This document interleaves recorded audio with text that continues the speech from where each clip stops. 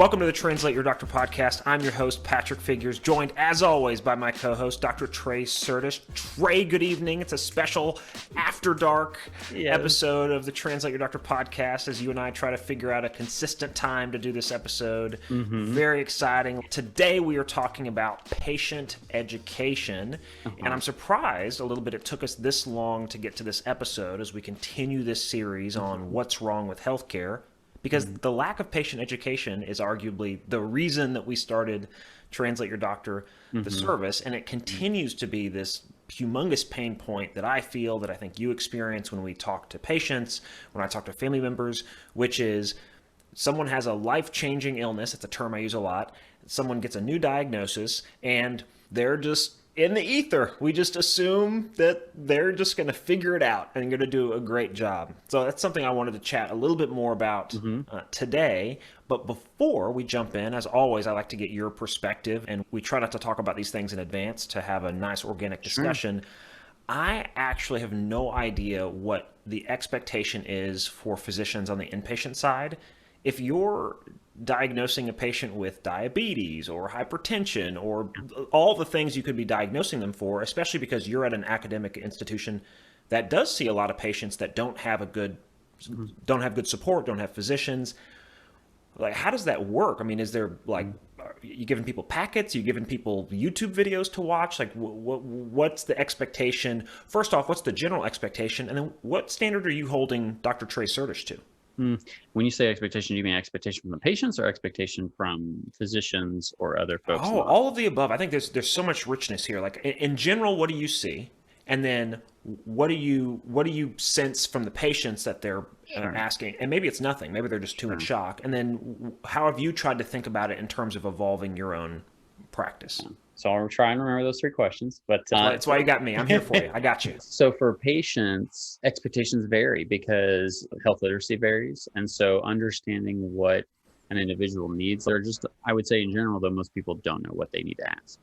They kind of have an emotionality to it, particularly if it's a new diagnosis, particularly if it's a complication of a known diagnosis. So diabetic ketoacidosis or DKA, too much acid in the blood, in the setting of diabetes. You've had diabetes for a while, but then you have this problem, or presenting with that major issue and a new diagnosis. That's, I think, of like the double whammy, whereas you didn't know about this and you had perhaps one of the most serious complications of the disease. So depends on the circumstances, depends on the patient. Patients generally, again, are going to emotionalize first, which is, wow, I'm just processing this thing that's changed me. I'm reckoning with the fact that my life is changing, and sometimes for the worse. And I then, too, don't know what that may mean. And there's certain diseases that are well known amongst the populace. I think most people understand what diabetes is, even though they probably don't understand what diabetes is, or a heart attack or things like that. But there are very rare diseases. Somebody gets diagnosed with sarcoidosis or something like that, then I think they're going to have a really hard time reckoning the emotionality and sort of intellectualization of that, meaning that I am sick. Oh my gosh, I'm sick. But what am I sick with? And what does that mean? And that speaks directly to your education, which gets into the expectations of physicians, which vary greatly. I joke that the extent that which most physicians are incentivized and therefore participate in patient education includes what most people write on their notes, which is counseled and educated, dot. And it's usually after morbid obesity or whatever issue and so on. It's like lifestyle, counseled, and educated, dot. And that's a bit roasty on the parts of, I think, a lot of well-meaning physicians, but it speaks again to the incentives and disincentives of patient education, which speaks to the third thing that you're describing, which is like, what is like the system in a whole? How's the system describing this? And it's really just because if you're not incentivizing behavior, odds are you're not going to see that outcome unless you have very special individuals who value it.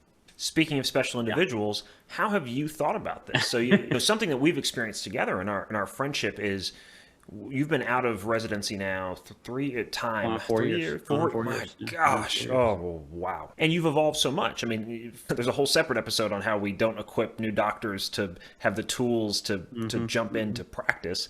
And so you've built a lot of your tools yourself. And I think of what we're doing here together as one of those tools that we're evolving together.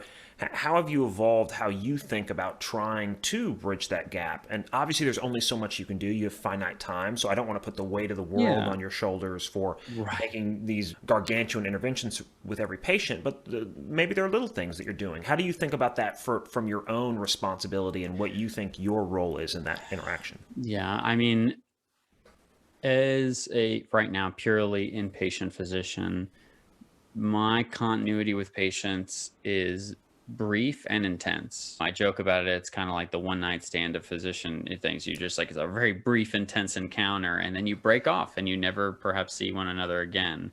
But a lot can, just like I think some one night stands, they can really like resonate with you. Like, I met this person and I never forgot them. Even though I'm married to this lovely PCP who I see for 40 years, you still remember the good old hospital medicine folk who took care of you and stuff during your moment of need. Very touched by this analogy. I'm going to keep this stowed away. I love this analogy. I've never heard that before. That's wonderful.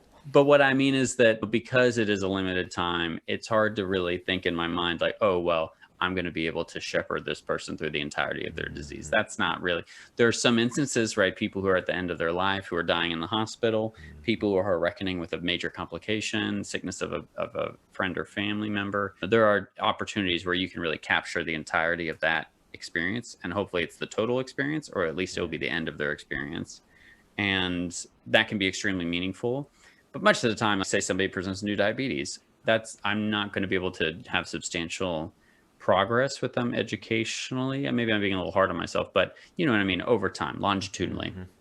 But what I can do, I hope anyways, is do what Translate Your Doctor is meant to do, which is translate your doctor, which is meant to be, listen, there are going to be a lot of things that we're talking about right now that I just want you to understand, but there are also going to be a lot of things that you're going to need to understand about the system to be successful. And if I can introduce them to those things, or at least make that a little bit easier, or at least make those unknown unknowns known unknowns, so that they're like, oh, well, I know now that I should ask about that, even if I don't know it yet. Or I know where my gaps are. I know where my gaps in knowledge are. I know what boxes I need to check. Exactly. Like just changing that for people makes a big, big difference. So that's where I focus a lot of my education. If somebody wants very one-to-one education, which is, what does this do? Why do I need this? What does this mean? What do I need to look for? That stuff is easy, relatively straightforward to talk about for most physicians. And so I think that, again, counseled and advised, counseled and educated comes to that. That's the very one-to-one interaction. But if Translate Your Doctor is trying to do anything, if like we're trying to think about everything, people are not problems. And so just talking about their individual problems is not enough. You really got to contextualize what that the person is going through. Yeah, the two things. First off, I think that makes a lot of sense as doing the best with a limited interaction, given that it's inherently transactional and as relational as you are, and I think I've seen firsthand and the way you describe, you do your best to try to make that interaction as personalized for the patient and contextualized, and to set them up for future success, which is what I hear you saying, like trying to set them up for future success. I think the failing on the medical system when it comes to patient education is educating anyone about anything is not transactional. And real education and empowerment, especially with, here's the term again, life-altering illnesses, that's longitudinal. That's repeated conversations over a series of time, and patients need to be properly connected with the resources that are most appropriate. So I laugh when I hear this term of counseled and educated. It's like, no, you didn't. Yeah. How could you? I know. Obesity, counseled and educated. Like, I know. What did you do? What did you say? Say what you said. And like, I agree. And I don't think we're trying to roast those who do it, because it feels very overwhelming. It feels you feel helpless as an educator, which is a physician. You feel helpless because it's a lifestyle problem that you're running into. Honestly, I feel like it would be how a police officer would be if they showed up to the scene of a car accident, and it was a drunk driver.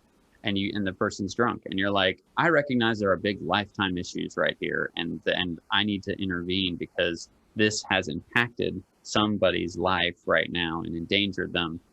but it is a hyper acute situation, and it's not something that I can do or I feel like I can do effectively given the circumstances. And I think that's what leads to counseled and educated, which is I know I need to do something about this. I, one, don't know, maybe. Two, feel ineffective, even if I do know. And three, even if I'm effective, it's inadequate because of the time constraints and incentives that they talk about. It's one of those great examples of what would it look like if a patient was writing their medical chart, and you hear about movements, very progressive, very unrealistic for a lot of reasons, for what the medical chart is really meant to do. But it does help us bridge the gap on is what the physician's writing, what the patient would write on certain things like that. Like the physician's writing, counseled and educated. Like what's the patient writing? If the patient's writing that story. I don't know. The physician said diet and exercise. Right. Read a book. Like, what's the doctor actually saying in that moment? And you and I can joke, but of course, for the listener out there, you and I both know that the physician is as much, or the care provider is as much in a position of having to do their best within a flawed system. The incentives and structures that we put in place for practicing medicine are incredibly challenging, and you experience this every day. And again, this is why we are here on this podcast having this conversation. You and I are in the midst of coming up with a curriculum to build a patient education resource to basically put what we think should exist in the world into the world, because we see such a serious gap. Right now we're focused on congestive heart failure, but gosh, maybe we'll do 50 other different things because there's no resource for a lot of these things. And of the resources that are out there, we haven't done a good job connecting really good resources to providers, so that providers, it would take less than 60 seconds for a provider to connect a patient to, hey, there's this really great online class on diabetes. It's 5 weeks long. It's an hour each week, or it's at your own pace, 5 hours, an hour chunks. It's $20. It's $30. Yeah. I would even interrupt you there, and I would say, just engaging somebody, be like, what do you need? Because some people, because for instance, there are these famous and infamous handouts in the hospital where you can just type in and it's for your problem, and it's been written before in lay language, and it is in lay language. It is easy to read. It is useful technically, but is it applicable for every patient? Sure. I use them, but it's usually very specific circumstances where I recognized after talking with the patient with some time, I was like, this person cares, not the right word. Everyone cares about their health. It's just that everyone manifests that very differently, but they are engaged in a way that they would benefit from that. And so to your example of, your doctor could point you towards this resource, that is one path, but an excellent doctor, I think, is one who is like, I sense that you want to know. I need to probe and ask how you would learn, and then shepherd you towards those resources. And then, even more so, hold you accountable to those resources and to your health choices, forgive you when you fail, celebrate you when you succeed, and check in with you along the way. I mean, like that, and like that, I mean, it sounds really easy. Obviously, it's like extremely challenging. Yeah, and this is, I think, where it is fair to critique how we're building medical curriculum, because I think you and I talked before briefly about shared decision making, and I think this is where the shared decision making movement has stumbled, which is if shared decision making is more than just a buzzword, because you and I talk about that a lot too, where you have these buzzwords that are meant to make you sound beneficent and progressive, but there's not patients first. Yeah, oh my gosh. But there's not concrete movement, right? And in any, here's the behind the scenes look to anyone who ever hears these buzzwords, is ask someone what specific actions they are taking. What is different now than before you were undertaking shared decision making? Because the piece that I think is missing is this programmatic approach that you're talking about around how do I cater the care plan to the patient, A, and B, how do I make this a longitudinal relationship where we have milestones, where the patient has homework. Gosh, that is a fundamental reconstruction of what it is like, what it should be like to have these conversations. But see, then we're in a bit of a trap, right? Because I can almost know by definition, if you're writing counseled and educated in that note, we're not talking about shared decision making, because whatever shared decision making looks like whatever this longitudinal education looks like, the conversation of what sort of education do you need, you know this for a fact, man. There are a lot of physicians out there that cannot ask that question. And the reason they cannot ask that question is because if the patient hits them with an answer they're not prepared for, the physician's going to be like, well, hey, I've got this one packet that I give out, so that's what I've got for you. Right. Or and again, it depends on the security or insecurity of your physician, which are they willing to say, I don't know? It's a quality that you really want in your doctor. You don't want a doctor who doesn't know.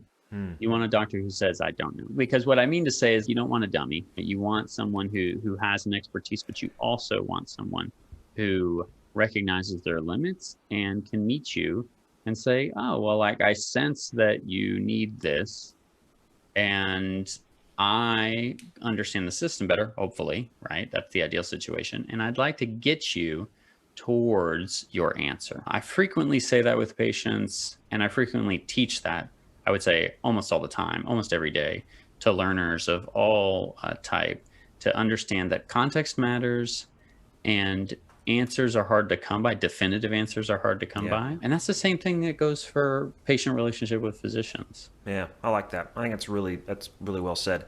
I'm appreciating your comment about the dummy comment. A quick aside, you and I haven't talked about yet. My wife is 14 weeks pregnant on Friday for that. And on the checklist of things to do is something that says interview for a pediatrician. It's so funny. I was talking to my wife. I said, interview? What does that mean? What an interview? Like, what are you asking this person? And now I'm thinking, maybe that's the question. Hey, you a dummy? Yeah.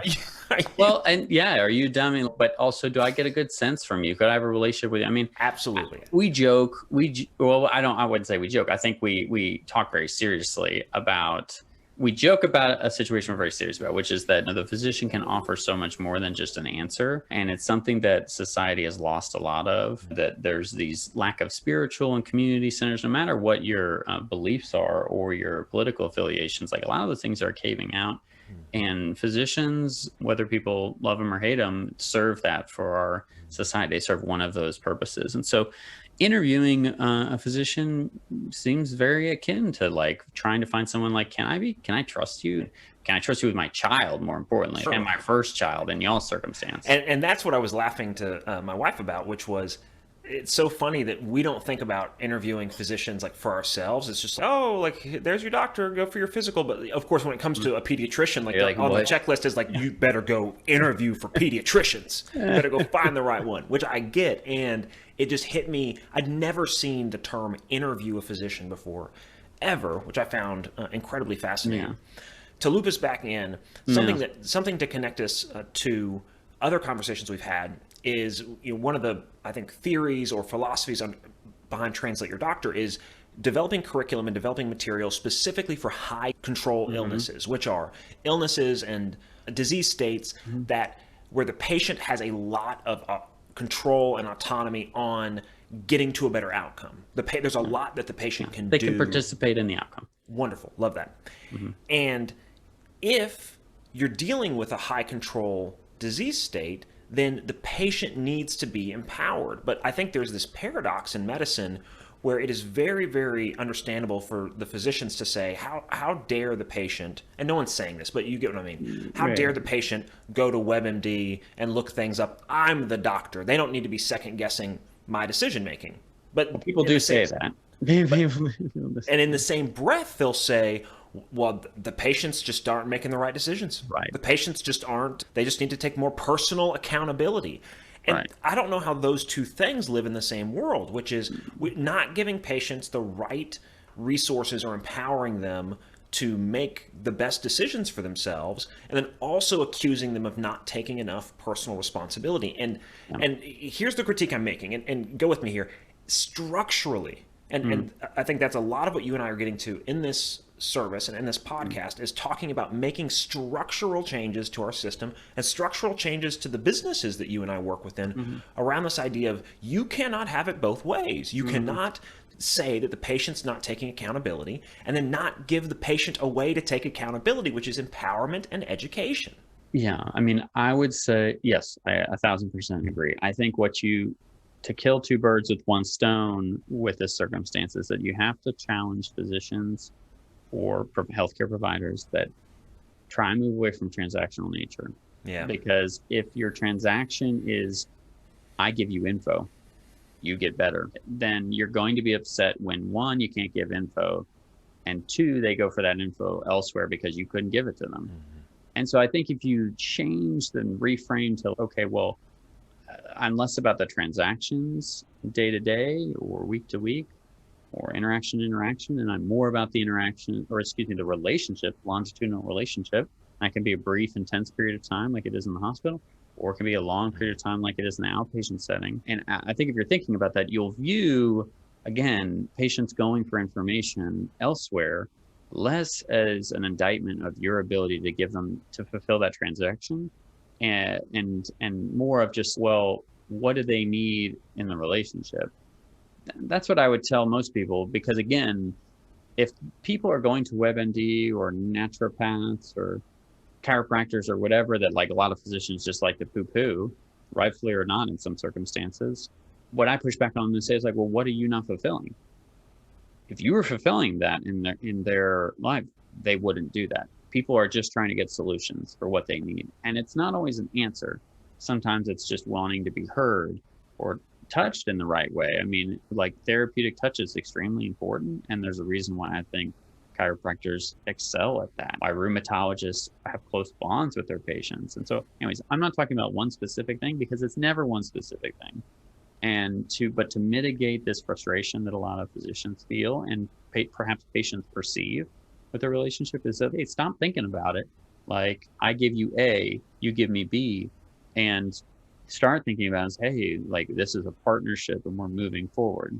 And if I interviewed correctly, going back to what you're talking about, maybe this partnership will last for years. Maybe it'll only last for a couple encounters and you'll switch and find someone else. But you have to know what you're looking for, because the difference between this and say dating, you notice I didn't talk about it like dating or relationship. The difference between that is because most people know what they want and know how to communicate with that. Most people, how to communicate with others. But it's really challenging because the power dynamic is such in a patient-physician relationship. They don't always know. You don't have enough information. And you just have this feeling. You have this feeling like this person isn't enough. And that manifests as either moving physicians, not being compliant, going to WebMD, we're just throwing WebMD under the bus, but like that just represents Dr. Google, going there or looking to other people. But it's all for this to solve the same problem, the same pain, which is I need to feel heard and I feel my disease is defining me and I don't have control over whatever that is. And that's a recurring theme here around the idea of advocacy, which you touched on, helping to equip the listeners of this show with what are things they should be thinking about as they build these relationships. How might they ask more engaging questions and challenge themselves with, do I really feel like I'm with an advocate? Do I really feel like I'm with someone that has my best interest at heart and that is thinking about shared decision making, that is thinking about good patient education?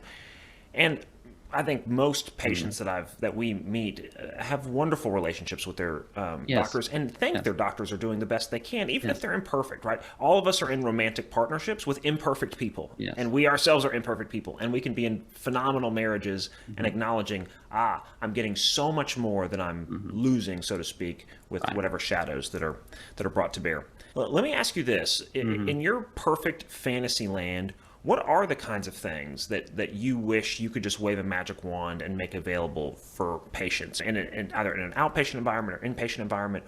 What's the ideal state for patient education from your perspective? If you could run the world and enable whatever felt the most impactful. This is going to be very simple and perhaps too short-sighted and perhaps lead to perverted incentives, but that education of patients paid more.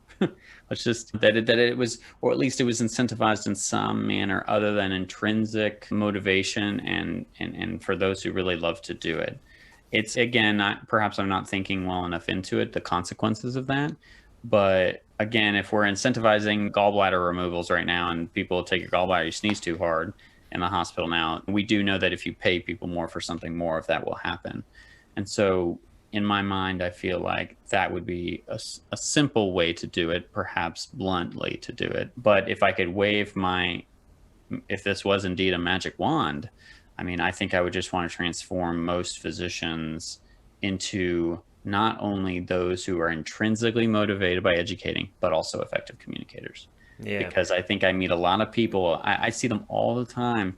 People will be like, Trey, I want to teach more. I'm really interested. It motivates me. And it absolutely does. Those people aren't everybody out of the physicians that I see. And of those people, I can't give you a percentage, but not all of them are effective communicators. And so much of teaching is effective communication. And so if I could wave a magic wand, just make everybody like that, and then you'd have a lot of people motivated to teach, motivated to advocate, like we use so often, and be effective at it, because that's the key. Yeah, that's well said. I think that, and I don't think that's too Pollyannish. I was curious because you're obviously in it every day, and translate your doctor is another easy answer, right? It's like, oh, just enable all these resources. I think one of the things we lose with compressed physician time is allowing them to flex their artistic muscle. I think part of what makes you a really great and interesting physician is that you have a big artistic streak. So you get a lot out of bringing unique qualities to being a physician. And I think it's the elements of being a physician that are more scientific, more black and white, that leave short the aspects of working with patients that are meant to be a little gray, are meant to be a little squishy, are meant to be a little more, let's do a group visit, let's do a therapy class, let's do something different. Right. But because physicians have these 1,000 patient panels, 2,000 patient panels, there are just some really interesting things you can do with technology now. Think of how many people you and I are able to touch just by microphones and a camera, and sharing these ideas that we're really passionate about, and we're able to make a significant impact on people's lives. Any physician could do that. Any physician could sit in front of a camera and say, I am tired of giving a 1-minute talk about this topic. I'm going to record 20 minutes about. Every physician has something that they're really passionate about. And that's what I love, because physicians are people and they have unique interests. It's like, hey, get in front of a camera, do 20 minutes on ketosis and how you're tired of patients asking you about keto, and here's my 20 minutes on keto, and then you just put that in your discharge summary. It's like, all right, here's my YouTube video that I threw up on ketosis from me, your friendly neighborhood primary care doctor. Yeah, and Patrick, I think that's a good way to round out the episode, because we've talked a lot about patient education. I think that honestly the next episode should be discussing physician education. And how does it get to this result? There's a lot of things we can talk about physician education. That's itself its own podcast. But like, how does it get to this? Because you talk about, I wouldn't say that I'm more creative, but I'm more artistic perhaps than others. And there's more people that are black and white. Absolutely, that's the case. But there are very strong incentives and things that go along with who gets selected to go into medical school and what traits are necessary, one could argue, to be successful, and the unintended consequences that result. And that directly impacts not only, I think, physicians and how they interact with patients, but also how creative they can be to do these things, or feel like they can do these things, perhaps even less execute on them. It's hard for me to infer, but I think that would be a great topic to talk about, which is physician education and how it manifests, how it gets you to how most of them counsel and educate. So. That's great. Well, that's a perfect summary. Any last word that you want to leave on patient education? Anything before we wrap up? No, I would always just say again that if you feel like you're getting insufficient education or counseling from your physician, say so, but say so in a way that is not threatening per se to because all physicians again want to do their best, but just make it aware that this is what you need.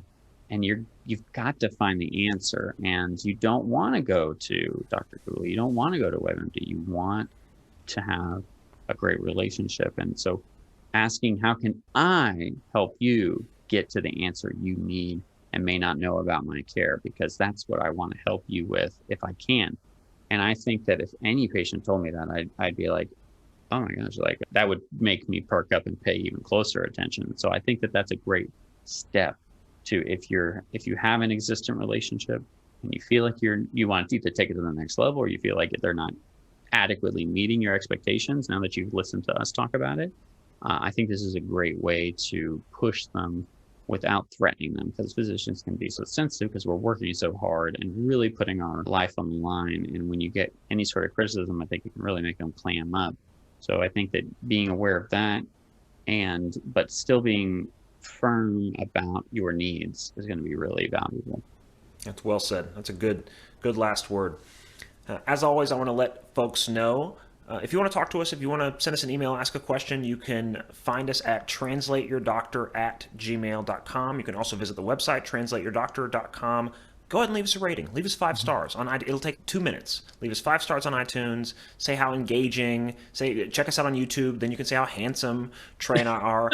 Do a little bit. It goes a long way. Also, at translateyourdoctor.com, you can sign up for our mailing list. Everyone that signs up for our mailing list gets Trey's introductory 16-minute lecture piece of education on living with chronic disease, with 3 great takeaways that every patient should have, and it serves as a core philosophy for what we do here at translateyourdoctor.com. Trey, this is always fun, always interesting. Great job leaving a teaser for our next episode, and let's do it again. Thank you so much. See you, man. Bye.